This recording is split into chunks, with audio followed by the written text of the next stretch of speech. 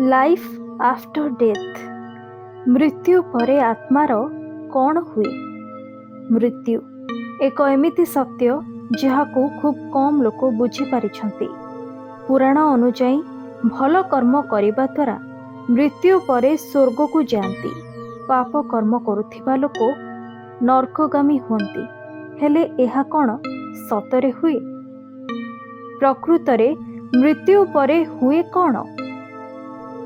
शरीर आत्मा छाड़ी कुआड़े चली जाए। ए सब विषय लेखा जाइछि एही गोटे पुराण रे, जहाकु आमे गरुड़ पुराण कहि थाउ। 18 महापुराण मध्यरे थिबा गरुड़ पुराण रे लेखा होइछि एमिति किछि कथा जहाकु जानिले भय करिवे।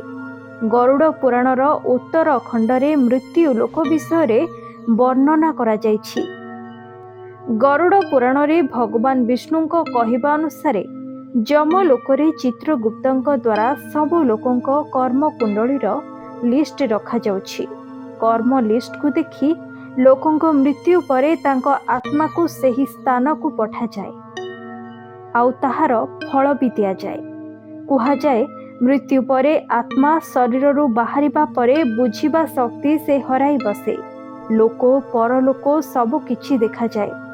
भगवत गीतारे श्रीकृष्ण को कहिबा अनुजाई आत्मा एक निर्दिष्ट समय परे गोटे शरीर त्याग करी आउ गोटे शरीर को प्रवेश करिथाए, कारण आत्मा सबुबले अमर।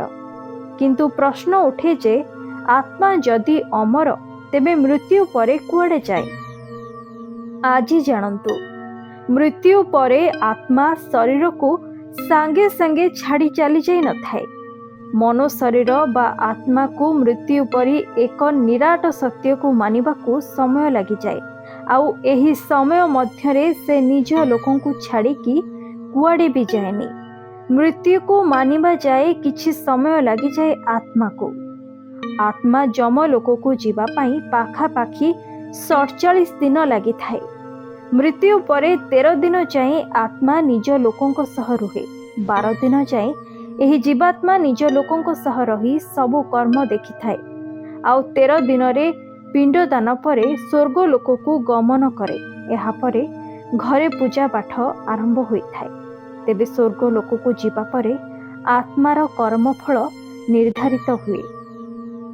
आजिर वीडियो जदि आपन को भल लगी थिबो तेबे निहाती भाबे लाइक, कमेंट एवं शेयर करंतु। रहुछु। जय जगन्नाथ।